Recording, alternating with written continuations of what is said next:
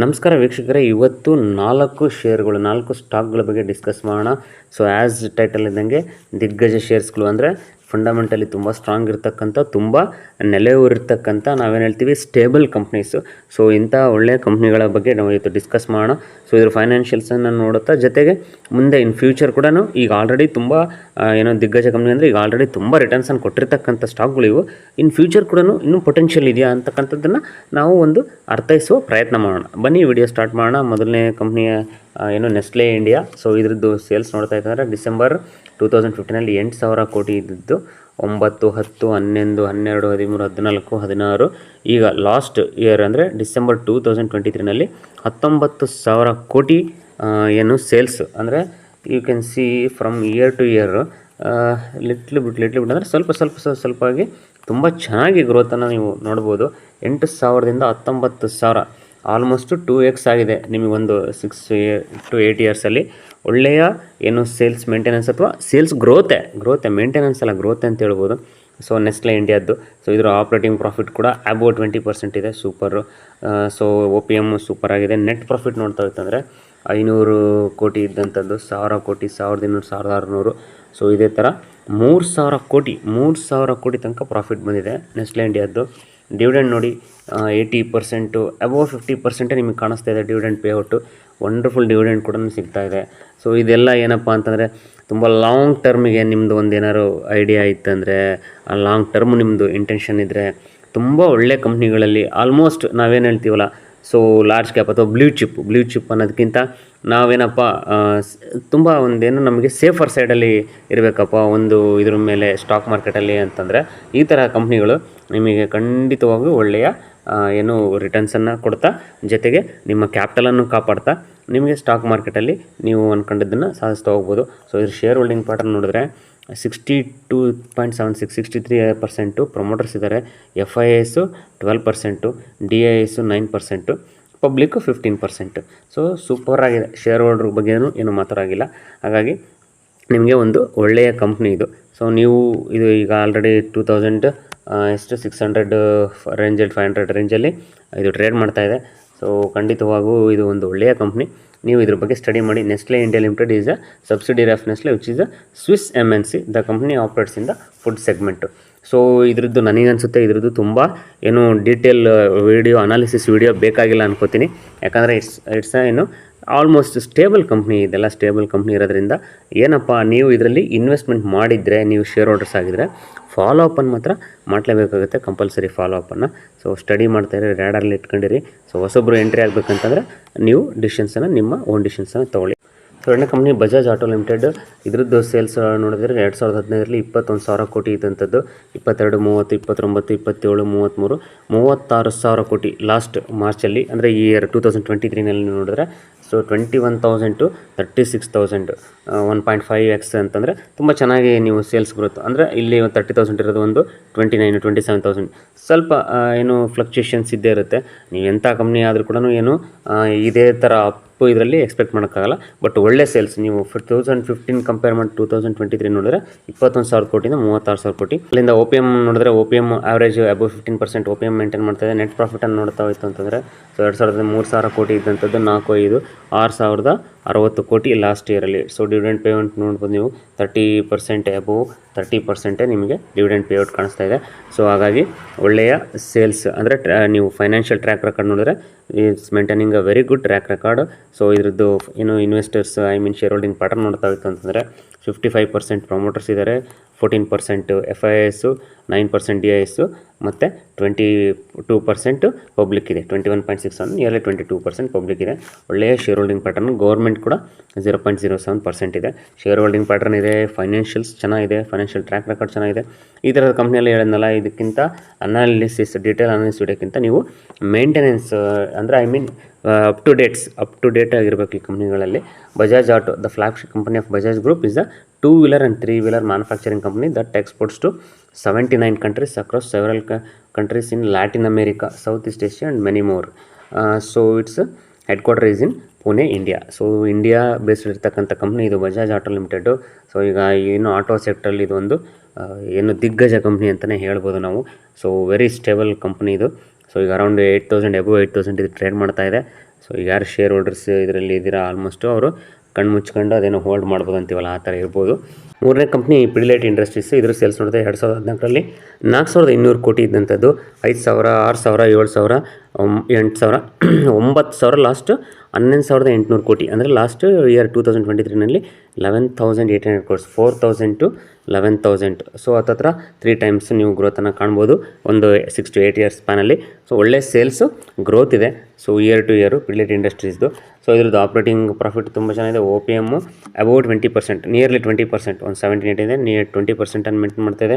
So ಇದ್ರ net profit ನೋಡ್ತಾ ಹೋಯ್ತು ಅಂತಂದರೆ 450 crores ಇದ್ದಂಥದ್ದು 500, 800, 1289, ನಿಯರ್ಲಿ 1300 crores ಪ್ರಾಫಿಟನ್ನು ಮಾಡಿದೆ ಲಾಸ್ಟ್ 2023ನಲ್ಲಿ ಇಯರಲ್ಲಿ. So 450 to 1300. ಸೊ ಹೆಂಗೆ ಸೇಲ್ಸ್ 3x ಗ್ರೋತ್ ಥರ ಇದೆಯೋ ಅದೇ ಥರ ಪ್ರಾಫಿಟ್ ಕೂಡ ಗ್ರೋತ್ ಕಾಣಿಸ್ತಾ ಇದೆ. ತುಂಬ ಒಳ್ಳೆಯ ಗ್ರೋತ್ ಅಂತ ಹೇಳ್ಬೋದು ನಾವು. ಸೊ ಡಿವಿಡೆಂಡ್ ಪೇಔಟ್ ನೀವು ನೋಡಿದ್ರೆ ನಿಯರ್ 30% ಆ್ಯಾವ್ರೇಜ್ ಡಿವಿಡೆಂಡ್ ಪೇಔಟ್ ಇದೆ.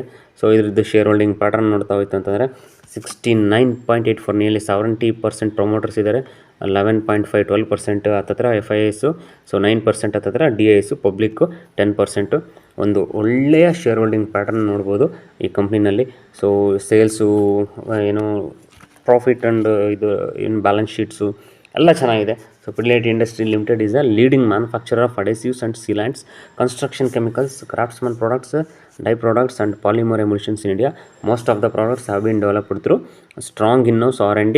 Hour brand name Fevicol.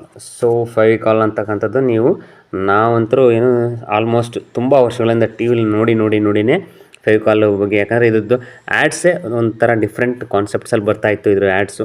ಒಂದು ಒಳ್ಳೆಯ ಕಂಪ್ನಿ.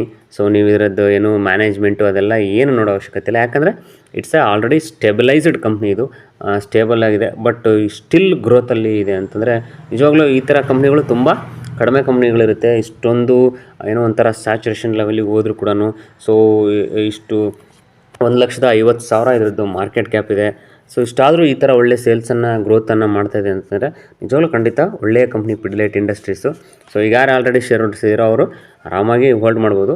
ಹೊಸದಾಗಿ ಎಂಟ್ರಿ ಮಾಡಂತಾರೆ ಅದೇ ಸ್ವಲ್ಪ ಕರೆಕ್ಷನ್ಸು ಅವೆಲ್ಲ ನೋಡಿಕೊಂಡು ಸ್ಟಡಿ ಮಾಡಿ. ಈಗ ಇಷ್ಟು ಆಗಿದೆ, ಇನ್ನು ಮುಂದೆ ನಿಮಗೆ ಯಾವ ಥರ ಇದು ರಿಟರ್ನ್ಸ್ ಕೊಡ್ಬೋದು ಅನ್ನೋದನ್ನು ಸ್ವಲ್ಪ ನೀವು ಫ್ಯೂಚರ್ ಪ್ರಿಡಿಕ್ಷನ್ ಮಾಡಿ. ಸೊ ಎಂಟ್ರಿ ಆಗೋವಂಥ ಒಂದು ಏನು ಯೋಚನೆ ಮಾಡ್ಬೋದು. ನಿಮ್ಮ ಡಿಸಿಷನ್ಸ್ ನಿಮಗೆ ಬಿಟ್ಟಿದ್ದು. So let's move to the last company. So ಈ ವಿಡಿಯೋದ ಕೊನೆ ಈ ಕಂಪ್ನಿ ಯಾಕೆ ಸೆಲೆಕ್ಟ್ ಮಾಡಿದೆ ಅಂದರೆ ರೀಸೆಂಟಾಗಿ ಇದು ಅರೌಂಡ್ 10,000 ಟ್ರೇಡ್ ಮಾಡ್ತಾಯಿದ್ರು. ರೀಸೆಂಟಾಗಿ ನನಗೆ ಗೊತ್ತಿರೋರೊಬ್ಬರು 5 ಶೇರ್ಸನ್ನು ಇದರದ್ದು ಬೈ ಮಾಡಿದರು. ಸೊ ಈಗ ಬೈ ಮಾಡಿ ಒಂದು ಸ್ವಲ್ಪ ದಿನಗಳ ನಂತರ ಸೊ ಇದು ಆಲ್ರೆಡಿ ಅವರ ಪೋರ್ಟ್ಫೋಲಿಯೋದಲ್ಲಿ ಅಬೌವ್ 13% ಪ್ರಾಫಿಟನ್ನು ತೋರಿಸ್ತಾ ಇದೆ. ಸೊ ಬೇರೆ ಒಂದಷ್ಟು ಇದರಲ್ಲಿ ಸ್ಮಾಲ್ ಕ್ಯಾಪ್ ಅಂದರೆ ಸಣ್ಣ ರೇಟಿನ ಶೇರ್ಸ್ಗಳು ಇದ್ವು. ಸೊ ಅವರಿಗೆ ಒಂದಷ್ಟು ಬಂದಿತ್ತು, ಬಟ್ ಏನು ಮಿಡ್ ಕ್ಯಾಪ್ ಮನೆ ಏನು ಕರೆಕ್ಷನ್ ಆದಾಗ ಮತ್ತೆ ಡೌನ್ ಆಗಿದೆ. ಸೊ ಅವಾಗ ಅವ್ರು ಹೇಳ್ತಾಯಿದ್ರು, ನೋಡಿರಿ ನಾನು ಆ್ಯಸ್ ಎ ಪರ್ಸೆಂಟೇಜ್ ಅಂದರೆ ಅಮೌಂಟ್ ಪ್ರಕಾರ ನೋಡಿದ್ರೆ ನನಗೆ ಇದೇನು ದೊಡ್ಡ ಸ್ಟಾಕಲ್ಲಿ ನನಗೆ ಪ್ರಾಫಿಟ್ ತೋರಿಸ್ತಿದೆ, ಇವು ಸಣ್ಣ ಸ್ಟಾಕಲ್ಲಿ ಇನ್ನೂ ನನಗೆ ಅಷ್ಟು ರಿಟರ್ನ್ಸ್ ಬಂದಿಲ್ಲ ಅಂದರು. ಸೊ ಹಾಗಾಗಿ ನಾನು ಭಾಳ ಕಡೆನೂ ಹೇಳ್ತಾ ಇರ್ತೀನಿ. ಆಮೇಲೆ ಸ್ಟಾಕ್ ಮಾರ್ಕೆಟಲ್ಲಿ ಅದು ಸತ್ಯ ಕೂಡ. ನೀವು ಯಾವತ್ತು ಶೇರ್ ಪ್ರೈಸನ್ನು ನೋಡಿ ನೀವು ಏನು ಸ್ಟಾಕನ್ನು ಖರೀದಿ ಮಾಡಿಬಿಟ್ರೆ, ಅಂದರೆ ಇದು 50 ರೂಪಾಯಿ ಇದೆ, ಇದಕ್ಕೆ ಭಾಳ ಶೇರ್ಸ್ ಬರ್ತಾವಪ್ಪ, ಇದು 10,000 ರೂಪಾಯಿ ಇದೆ, ನಾನು ಎಕ್ಸಾಂಪಲ್ 30,000 ರೂಪಾಯಿ ಹಾಕ್ತೀನಿ ಅಂದರೆ ಇವು ಬರೀ 3 ಶೇರ್ ಬರ್ತವೆ, 50 ರೂಪಾಯಿದವು ಎಷ್ಟು ಬರ್ತವೆ ಲೆಕ್ಕ ಹಾಕಿ, 1,500 ಅಥವಾ ಅಷ್ಟು ಬರ್ತವೆ ಅಂತ ನೀವು ಲೆಕ್ಕ ಹಾಕಿ 30,000 ರೂಪಾಯಿಗೆ.